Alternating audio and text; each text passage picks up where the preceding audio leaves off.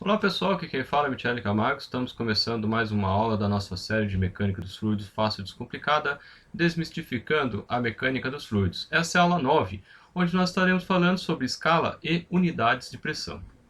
Este assunto faz parte da estática dos fluidos. Vamos lá, o que seria escala de pressão? Vamos imaginar que nós vamos medir a pressão de um determinado sistema.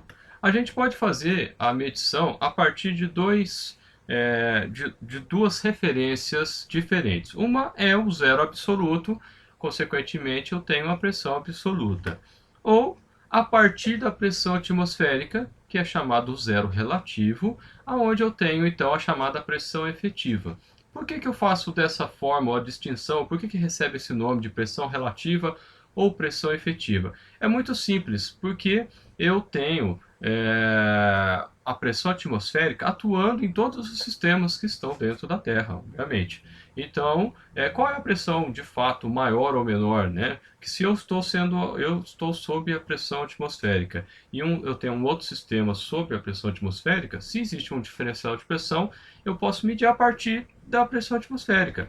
Então seria exatamente isso. Vamos imaginar que eu tenho aí os pontos 1 e 2, que seriam escalas, seriam medições de pressão, e eu vou medir isso através do zero absoluto. Aí eu passo a ter, então, como eu já falei, a pressão absoluta com referência ao zero absoluto. Né? Então, e qual é a diferença? Né? Que a partir do zero absoluto eu não tenho pressão absoluta negativa, eu só tenho pressão absoluta, que é sempre um valor positivo, que é de zero para cima.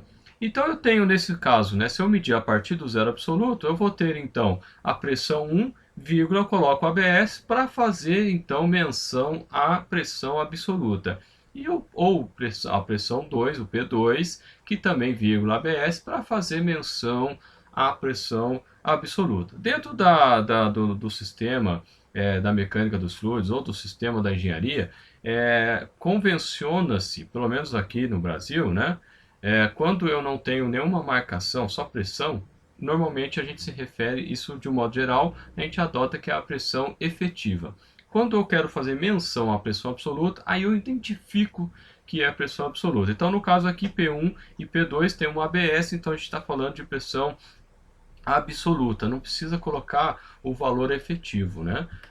Agora, se eu fizer a medição a partir da pressão atmosférica, eu passo a ter, então, a chamada pressão efetiva ou pressão relativa, aonde a minha referência é a pressão atmosférica. Então, se eu estou na pressão atmosférica, a minha pressão relativa é zero, porque a diferença entre a pressão atmosférica e a pressão atmosférica é nada. Então, eu estou no zero relativo. Então, isso é importante porque quando a gente estiver trabalhando numa determinada pressão abaixo da pressão atmosférica, aí sim eu vou ter uma pressão negativa. Então, no caso que eu estou indicando aí, a pressão 1, ela é uma pressão maior do que a pressão atmosférica, então eu tenho a chamada pressão manométrica, que a gente mede através do manômetro. E a pressão atmosférica a gente mede através do parâmetro, que é o assunto para a próxima aula. Então, o que acontece? Já a pressão 2, que está abaixo da pressão atmosférica, ela é chamada pressão vacuométrica, ela é um valor negativo, ou seja, a pressão é menor do que a pressão atmosférica. Se eu estiver trabalhando com pressão absoluta, como é que eu sei se eu vou ter uma situação de vácuo ou não? Né? Eu tenho que saber qual é a pressão atmosférica que eu tenho naquele local que eu estou, e se a pressão estiver abaixo da pressão atmosférica, mesmo positiva, eu tenho uma situação de vácuo. Aí você pode perguntar assim, e daí? O que eu tenho com isso? Bom, se eu tenho um sistema hidráulico ou um sistema com gases, se eu tenho a pressão acima da pressão atmosférica, ou seja, uma pressão manométrica, se eu tenho, por exemplo, um furo na tubulação, o meu produto ele vai vazar para o ambiente.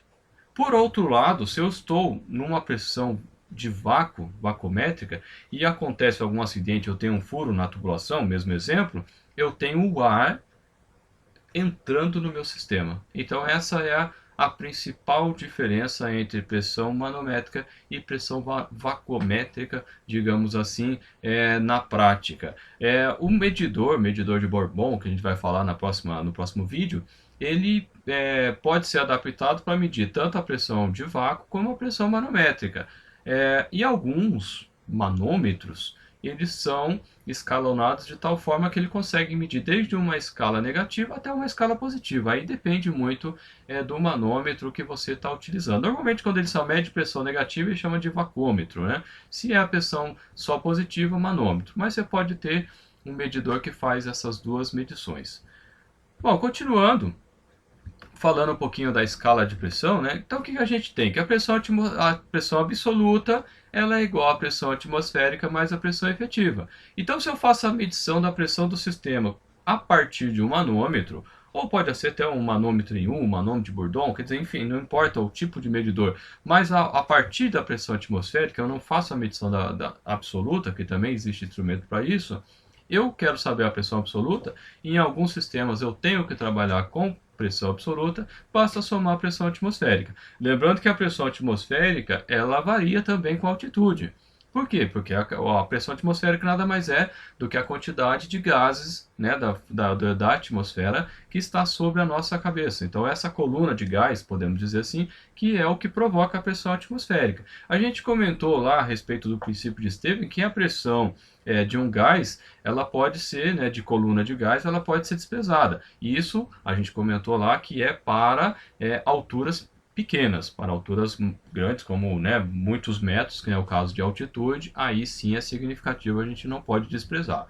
Bom, então a pressão atmosférica a gente é também chamada de pressão barométrica. Então existe o barômetro que eu posso medir a pressão atmosférica e existem também os medidores que eu consigo medir a pressão total já, levando em consideração a pressão atmosférica. São uma espécie de manômetros de Bourbon especiais com características específicas que eu não vou abordar aqui.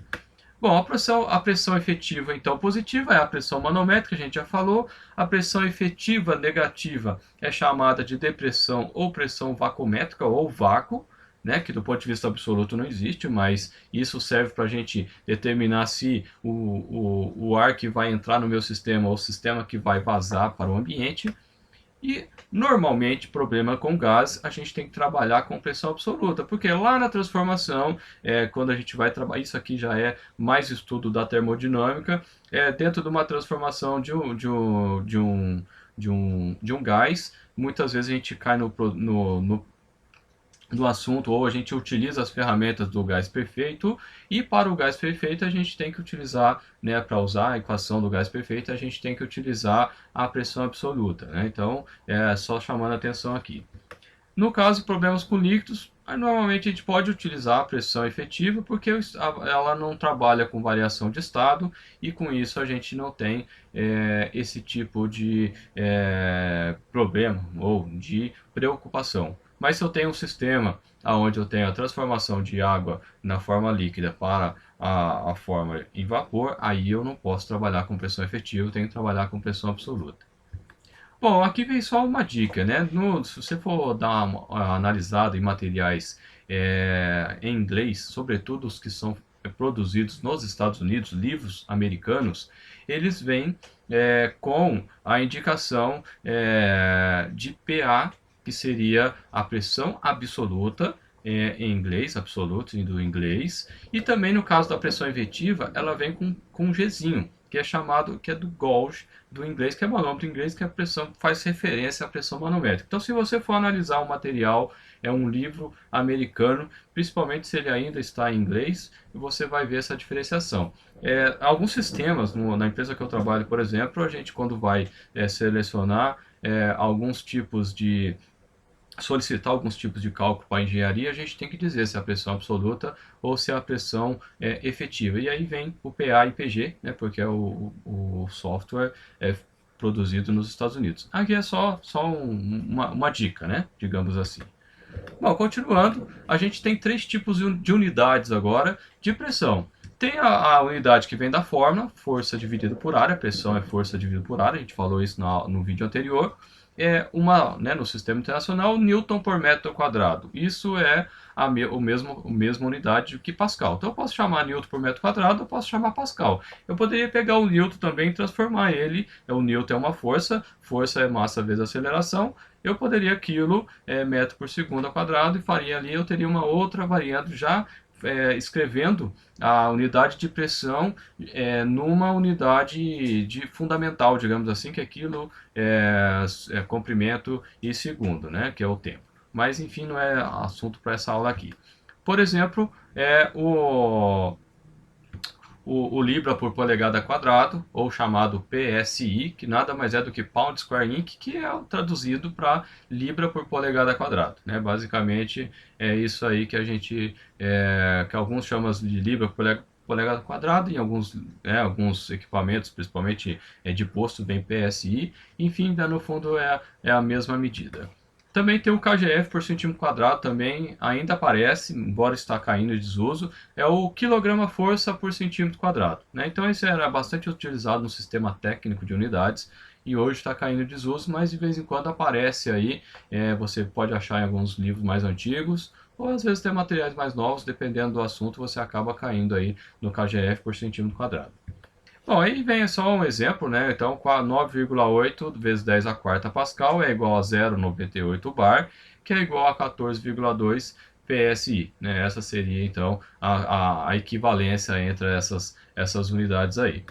Bom, a carga, que a gente comentou, né? A gente definiu carga de pressão no vídeo anterior também, é o comprimento de uma coluna de líquido, né? Pode ser milímetro de Hg, né, que a gente usa para medir a pressão atmosférica, pode ser o metro de coluna d'água e também tem um MCL, que é o metro de coluna de líquido.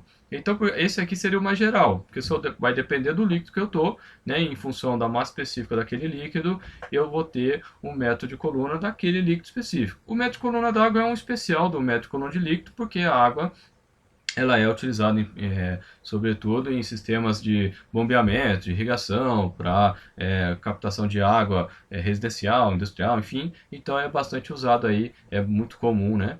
Toda residência tem uma caixa d'água, digamos assim, né? Então é usada essa unidade, é bastante frequente também.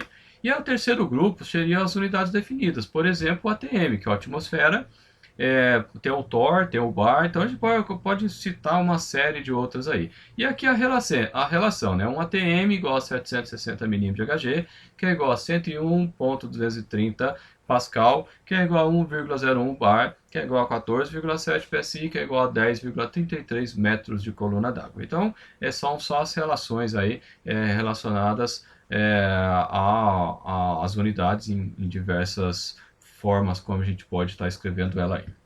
Bom, pessoal, chegamos ao fim, espero que você tenha gostado. Se gostou, compartilha, dê um joinha, se inscreva no canal para receber novidades sobre novos vídeos. Se não quiser, quiser receber via WhatsApp, só mandar eu quero para o número que está aí. E se for comprar alguma coisa, compra lá na nossa loja, entra lá, tem bastante materiais lá que você vai gostar e dá uma força para a gente aí. Contatos via Facebook, participa lá no nosso grupo, que a gente coloca o material lá diferenciado para baixar.